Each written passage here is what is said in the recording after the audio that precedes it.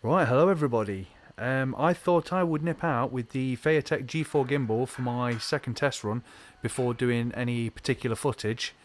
I plan on using this mainly for groundwork when I've got my DJI Phantom in the air and I've recorded all my aerial footage. The G4 Gimbal is for the groundwork. And so far, I've only taken out into the garden. I've walked from one end to the other, which you can see in my previous video. I walked all the way down to one end, back to the top, and then back to the middle again. And that's all I've done with it so far. I haven't had a chance to actually go out. So earlier on, I needed to go to Asda. The sun was starting to set. So I thought I would take both GoPros out and test it again. I had the GoPro mounted with the, I think it's called the grip arm or the flexi arm. Anyway, I had it mounted with that. I was running it in mode 2 on the gimbal, as you can see there, as it pans down and pans up. This was a lot more of a solid connection between the second GoPro that wasn't on a gimbal compared to my last video. Oh, look at that gorgeous fella. Yeah, anyway, yeah, so I thought I'd walk to Asda and test it out. I'll go down a couple of steps, like down the curb.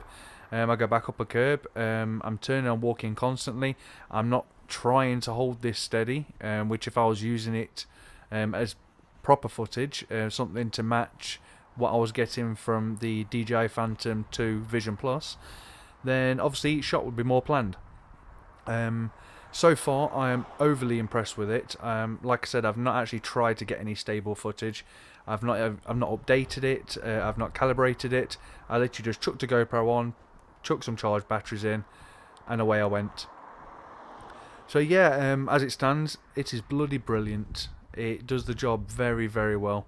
As you can see with the no gimbal on the right, I wasn't particularly shaking the gimbal. I wasn't trying to get shaky footage, but nor I wasn't trying to get steady footage either. I was just holding it.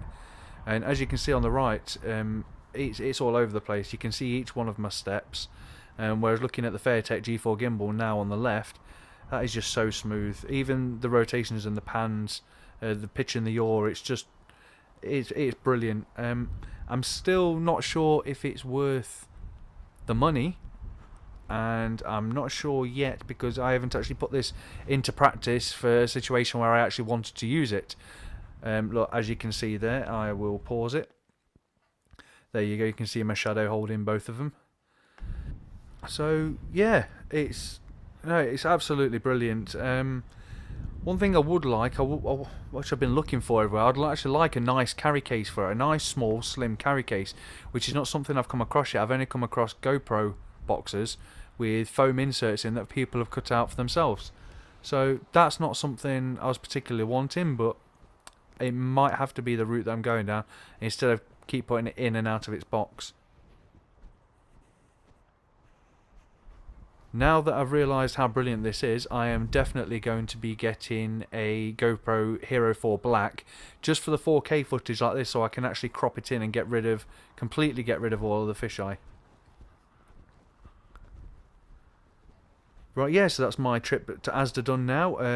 Currently walking across the car park, so I've had to go down one little step. The car park's not even. Soon I'll be coming up to a bit of grass. I purposely step on that because it's a step up, and then I step back down because it's a step down, just to see whether it actually shook or not. And yeah, I couldn't be more impressed with it. Even though it is a tad pricey for what the average consumer may want to use it for, it is a hell of a lot cheaper than using the equivalent for a DSLR. The equivalent for the DSLR is a few £1,000s, and this was just over £200.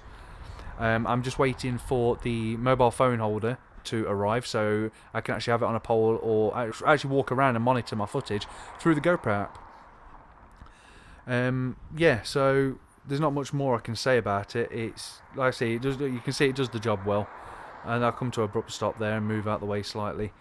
It is absolutely brilliant, and in the next couple of weeks I'll be doing a full review of it, and showing you how to use it and how I have found the best way to use it. But at the moment, I'd say I've not updated it because I'm on a Mac, and the software from their site, it's for Windows, and it's such a pain to go through. You have to go through a certain process of setting it up, finding the ports. I've got an old Windows laptop, which I opened up, which is very, very slow, painfully slow. And I tried to update it, and you have to go through all this rigmarole. I just couldn't do it. So I'm hoping and waiting for them to actually release an update format where I can literally just plug it in, update it, calibrate it so everything's 100% perfect. At the moment, I can see on the video on the left, it does tilt the slightest, tiniest bit to the right. I mean the tiniest little bit. Nothing that can't be corrected in post, but it's something I'd like to have perfect straight away. I expected that this would have been needed to be calibrated, like all gimbals are, whether it's a brushless or whether it's a manual gimbal. So, oh, look at that doggy. Yeah, so yeah, it's absolutely brilliant. Highly recommended to anybody who uses GoPros or anyone planning on using a GoPro system for recording their personal footage or their videos going out. Yeah, it's absolutely brilliant. So I'll let you watch the last little bit of the video. I hope you enjoyed this little test. If you liked it, don't forget to give it a thumbs up and subscribe. If you've got any questions about it, leave it in the comments and I'll do my best to answer it. And if for any reason I can't answer it, there are a few people on YouTube that do kind of specialise in this gimbal that may be able to help. So yeah, take care all and have a good day.